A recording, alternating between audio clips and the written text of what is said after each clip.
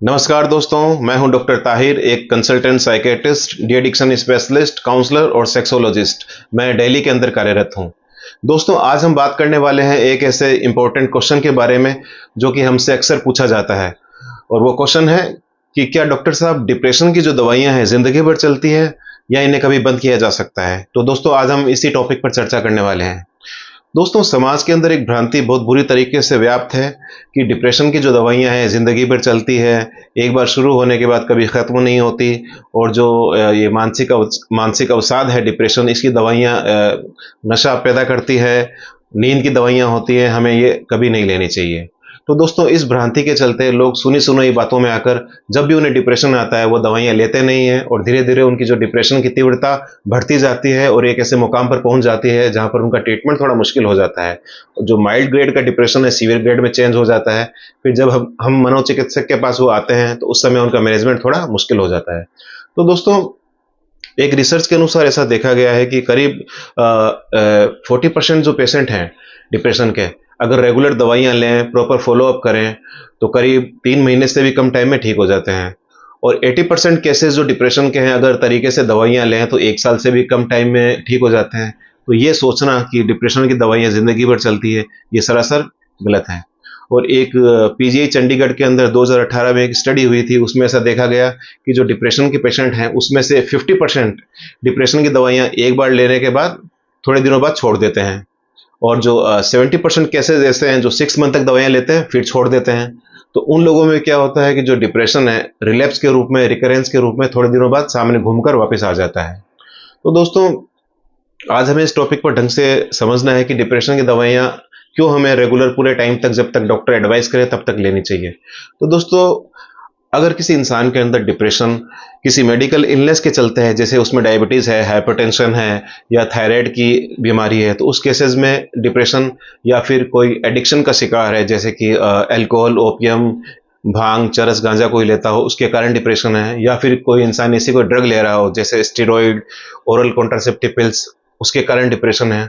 तो इन चीज़ों को, तीनों चीज़ों को छोड़ते ही, यानी कि अगर मेडिकल इलनेस के ठीक होते ही, एडिक्शन को छोड़ते ही, या जो ड्रग वो इंटेक कर रहा हो उसे छोड़ते ही, डिप्रेशन अपने आप 1 महीने के अंदर अंदर ठीक हो जाता है। और अगर आपको क्लिनिकल डिप्रेशन है जो कि हमारे ब्रेन के अंदर कुछ न्यूरोट्रांसमीटर के उतार चढ़ाव के कारण होता है, जिसे हम सीरोटोनिन, डोपामिन, नोरेपिनेफ्रिन बोलते हैं, उसके कारण से डिप्रेशन है, उस केस के अंदर हमें दवाइयां लेनी होती है। अब WHO नाइस की जो गाइडलाइन आई थी उसके अनुसार अगर आपको डिप्रेशन का पहला एपिसोड है तो आपको करीब 6 महीने से लेकर 12 महीने तक मेडिसिन लेनी होती है। हालांकि जो डिप्रेशन के सिम्टम्स हैं करीब 2-3 महीने के अंदर कवर हो जाते हैं। फिर आप पूछेंगे कि फिर 12 महीने तक दवाई लेने का मतलब क्या है? एक्चुअली दोस्तों, 12 महीने तक हमें मेडिसिन इसलिए लेनी होती है ताकि डिप्रेशन का रिकरेंस नहीं हो, डिप्रेशन दोबारा घूमकर नहीं आए और जड़ से ही समाप्त हो जाए। अब दोस्तों, ये तो थी पहले एपिसोड की बात। अगर किसी इंसान को दूसरा एपिसोड आ रहा है तो ड्यूरेशन क्या रहेगा? ये इस बात पर डिपेंड करता है कि अगर दूसरा एपिसोड पहले एपिसोड के 1 साल बाद आ रहा है, 2 साल बाद आ रहा है, या कितने साल बाद आ रहा है। मान लीजिए अगर दूसरा एपिसोड पहले एपिसोड के 2.5 साल के बाद आ रहा है, उस केस में वापस हमें 1 साल की मेडिसिन शुरू करनी होती है। लेकिन अगर दूसरा एपिसोड 2.5 साल से पहले ही आ गया, यानी कि पहला एपिसोड 2015 में आया, फिर 2016 में आया, फिर 2017 में आया, रेगुलर आ रहा है, तो उस केसेस के अंदर हमें करीब 5 साल के लिए मेडिसिन लेनी होती है। फॉर एग्जाम्पल, मान लो किसी इंसान को पहला एपिसोड 2015 में आया तो हम 1 साल के लिए मेडिसिन लिखेंगे 2015 से 2016। और दूसरा एपिसोड आया 2018 में मान लो, तो मेडिसिन लिखी जाएगी 2018 से 2019। लेकिन अगर इस 2.5 साल के फेज में हर साल डिप्रेशन आ रहा है तो उस केसेस के अंदर हम मेडिसिन लिखेंगे करीब 5 साल तक।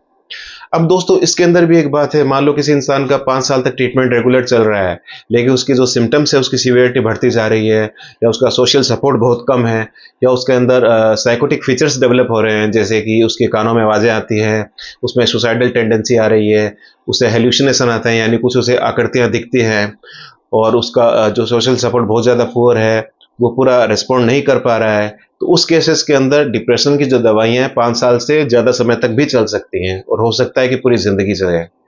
लेकिन दोस्तों, ऐसा मानना कि हर डिप्रेशन के पेशेंट के अंदर दवाइयाँ पूरी ज़िंदगी चलती है, ये सरासर गलत है।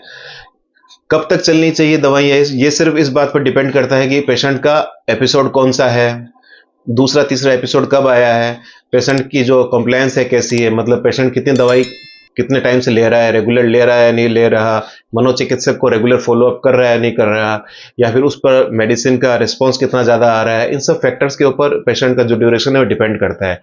इसलिए हमें इस भ्रांति को हमारे दिमाग से निकाल देना चाहिए कि मेडिसिन पूरी ज़िंदगी चलेगी, हमें नहीं लेनी चाहिए। क्योंकि एक डिप्रेशन के अंदर एक थ्योरी ये भी होती है कि अगर डिप्रेशन के सिम्टम आपको जितनी लंबे समय तक परसिस्ट करते हैं तो उसका ठीक होना, उसकी रिकवरी भी उतने समय बाद ही होगी। यानी कि अगर हम डिप्रेशन को शुरुआती दौर में पहचान लेते हैं और जल्दी ट्रीटमेंट शुरू कर देते हैं तो डिप्रेशन आराम से 2-3 महीने के अंदर ठीक हो सकता है, और 6 से 12 महीने तक कंटिन्यूस दवाइयाँ चला के फिर धीरे धीरे टेपरिंग डोज के अंदर कम करके हम उसे बंद कर देते हैं। लेकिन अगर हमने डिप्रेशन के सिम्टम्स को पड़े रहने दिया, पूरे पूरे साल डिप्रेशन में पड़ा है, फिर हम डॉक्टर के पास जाएंगे, तो उस केसेस के अंदर डिप्रेशन जो है उसका ठीक होना भी उतना ज़्यादा ही मुश्किल होगा। तो दोस्तों, ये टॉपिक था आज डिप्रेशन की ट्रीटमेंट की ड्यूरेशन के बारे में। उम्मीद करता हूँ आपको ठीक से समझ आया होगा, और अगर आपको ये वीडियो पसंद आया हो तो आप इसे लाइक करें, अपने दोस्तों के साथ शेयर करें, और मेरे चैनल को सब्सक्राइब करें, ताकि मेरे आने वाले जो भी वीडियोज़ हों सारे इन्फॉर्मेटिव हैं, आप तक सबसे पहले पहुँचें। तो दोस्तों, आज के लिए इतना ही। फिर मिलते हैं एक नई वीडियो के साथ। तब तक थैंक्स फॉर वॉचिंग।